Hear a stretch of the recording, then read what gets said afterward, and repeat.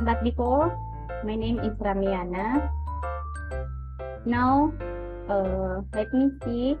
I want to explain number one. Explore your own idea about this following statement. ESP is neither a method nor a product, rather it is approach to language teaching. Ya, jadi di sini ESP di sini bukanlah metode atau produk, melainkan pendekatan pengajaran bahasa.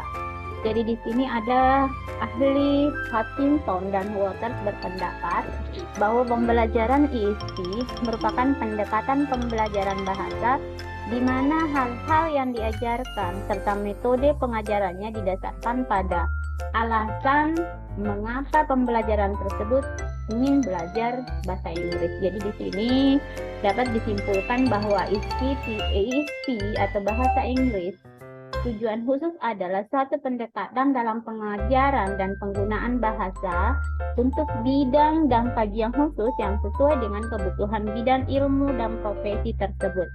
Misalnya bahasa Inggris untuk ilmu hukum, kedokteran, psikologi, teknik ekonomi, dan lain sebagainya. Ya, jadi di sini dimaksudkan untuk menyiapkan pembelajar untuk menggunakan bahasa Inggris baik untuk tujuan akademik, profesional, atau lingkungan kerja, dan merancang program berdasarkan analisis kebutuhan.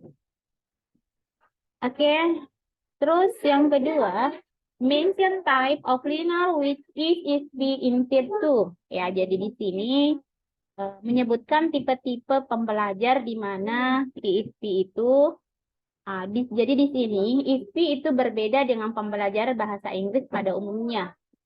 Seperti pembelajaran bahasa Inggris di sekolah, sebagai pembelajar bahasa kedua atau bahasa asing, ESP ini lebih banyak dipelajari oleh orang-orang dewasa yang memerlukan pembelajar bahasa Inggris. Jadi dengan tujuan-tujuan tertentu, misalnya dalam yang terkait dalam bidang bisnis, vokasi, dan profesi, seperti di dunia kesehatan, seperti dokter dan perawat. Jadi di sini mungkin sesuai dengan bidang-bidangnya masing-masing. Jadi di sini mereka akan belajar bahasa Inggris khusus untuk urusan pekerjaannya sebagai tenaga kesehatan. Jadi di sini karena di sini pada umumnya tidak bisa kita pungkiri lagi pada zaman global ini, bahasa Inggris sebagai bahasa internasional diperlukan dalam segala bidang untuk bisa menjalin relasi yang baik dengan orang-orang di seluruh dunia. Jadi di sini juga bisa menambah pengetahuan kita tentang bidang keahlian yang notabene mungkin sumbernya dalam bahasa Inggris. Ya, saya kira seperti itu. So number 3, elaborate the idea of ESP feature akurat. Jadi di sini saya kira ada 3. ESP itu harus didesain dan dirancang untuk memenuhi kebutuhan pembelajar. Terus yang kedua, ESP merealisasikan metodologi dan aktivitas sesuai dengan bidang ilmu yang ditargetkan atau dipelajari dan diajarkan. Terus yang ketiga, ESP itu sebagai suatu pendekatan baru, berfokus pada ESP adalah penggunaan kebahasaan yang tipikal atau khusus, seperti dalam bentuk grammar, leksisnya, registernya, jadi keterampilan, wacana, game yang sesuai dengan aktivitas. Okay, now number 4, let's test your understanding of the concept. According Kresa 1980, Theory on Second Language Acquisition. Jadi di sini mencakup 5 konsep. Now I want to explaining one by one about the concept according Kresa. Ya, jadi part A, the question of learning distance. Ya, di sini jadi perbedaan akuisisi belajar. Ya, jadi perbedaan akuisisi belajar itu adalah yang paling mendasar dari semua hipotesis dalam hipotesis yang paling dikenal luas di kalangan ahli bahasa dan praktisi bahasa. Jadi menurut Present ada 2 sistem independen dari kinerja bahasa kedua. Sistem yang diperoleh dan sistem yang dipelajari.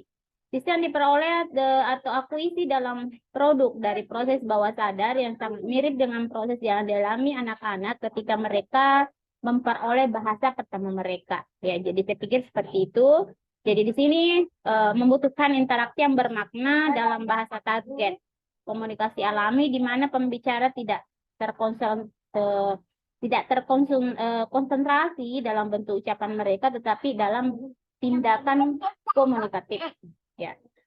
Terus yang kedua, ya, the natural order hypothesis. Jadi dalam hipotesis ini, Grayson menyatakan bahwa struktur bahasa diperoleh dengan urutan ilmiah yang dapat diperkirakan beberapa struktur yang cenderung muncul lebih awal dari struktur yang lain dalam perolehan bahasa. Jadi terkadang apa namanya? Contohnya itu biasa pada umumnya struktur fonologi, ya cenderung memperoleh vokal-vokal seperti A, ya jadi sebelumnya akhirnya menyentuh vokal I dan seterusnya dia menyentuh kembali vokal U.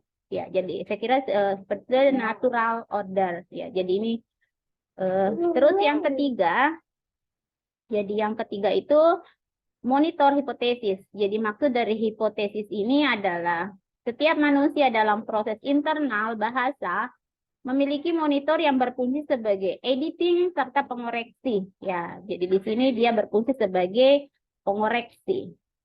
Terus yang bagian D, input hipotesis. Jadi di sini konsep input hipotesisnya hipotesis ini menjelaskan bahwa pembelajaran bahasa kedua dianggap dianggap akan terjadi jika siswa yang mendapatkan informasi atau pengetahuan setingkat lebih tinggi daripada yang telah diposisinya. Dalam artian di sini dia memperoleh pengetahuan yang mungkin lebih pengetahuan baru yang mungkin dia sudah ketahui sebelumnya.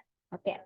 Terus yang keempat, yang the last one atau the effective filter hypothesis. Jadi di sini di effective filter hypothesis, dalam hipotesis ini Stephen Kreyszig menjelaskan bahwa setiap manusia memiliki saringan efektif yang biasa disebut dengan effective filter. Ya.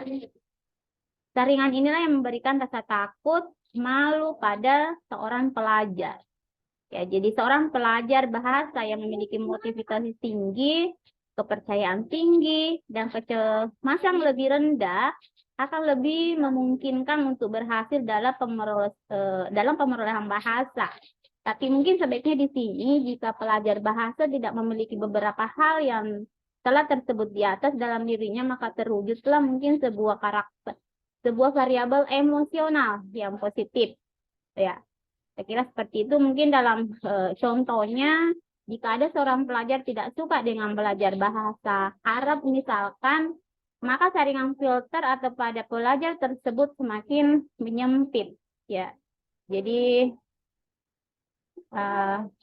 maksudnya di sini sebab perkembangan mungkin psikologinya itu semakin peka terhadap lingkungannya. Nah, saya kira seperti itu.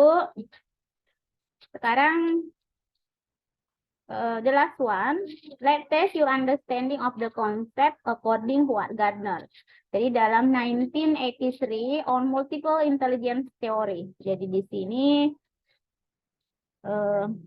ya, saya kira kalau sebelumnya saya akan menjelaskan dulu ada dalam multiple intelligence itu seorang ahli berpendidikan dalam Harvard University bernama Howard Gardner berpendapat bahwa tidak ada manusia yang tidak cerdas.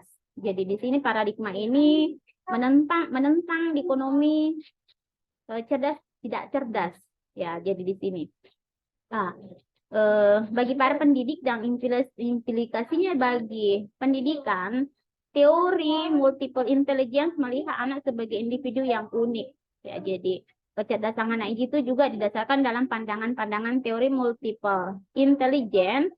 Di sini ada 4 menurut Armstrong. Ya, yang pertama itu setiap anak memiliki kapasitas untuk memiliki 9 kecerdasan tersebut yang sangat berkembang atau tidak berkembang dan kurang berkembang. Terus yang kedua, semua anak pada umumnya dapat mengembangkan setiap kecerdasan hingga tingkat penguasaan yang memadai apabila yang memperoleh cukup dukungan, pengayaan, dan pengajaran. Ya. Terus dari keluarga itu memunculkan adanya kecerdasan yang ke-9 ini. Ya, ini dari spasial, natural, musikal, logikal, matematikal, eksistensial, interpersonal, body kinesthetik, linguistik. Jadi di sini yang ke-9 itu kecerdasan sistema eksistensial menurut Gardner itu mencakup yang pertama itu kecerdasan dalam multiple intelligence ya. Jadi dalam multi intelligence atau disebut dengan apa namanya? Yang meliputi kecerdasan-kecerdasan dari multiple intelligence-nya. Terus yang kedua, kecerdasan verbal linguistik. Dalam artian di sini cerdas kata. Yang ketiga, kecerdasan logis matematis ya, dalam bentuk cerdas angka ya. Ini dalam logikal matematik, dia dalam kecerdasan angka.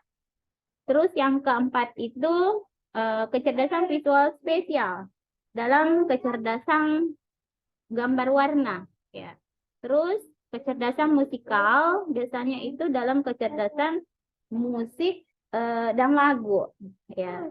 Terus kecerdasan interpersonal, jadi dari sini bisa kita lihat cerdas sosial, cerdas diri, cerdas alam, dan eksistensial cerdas hakikat ya. Jadi saya kira di sini mencakup beberapa memang intelligence yang ada di dalamnya.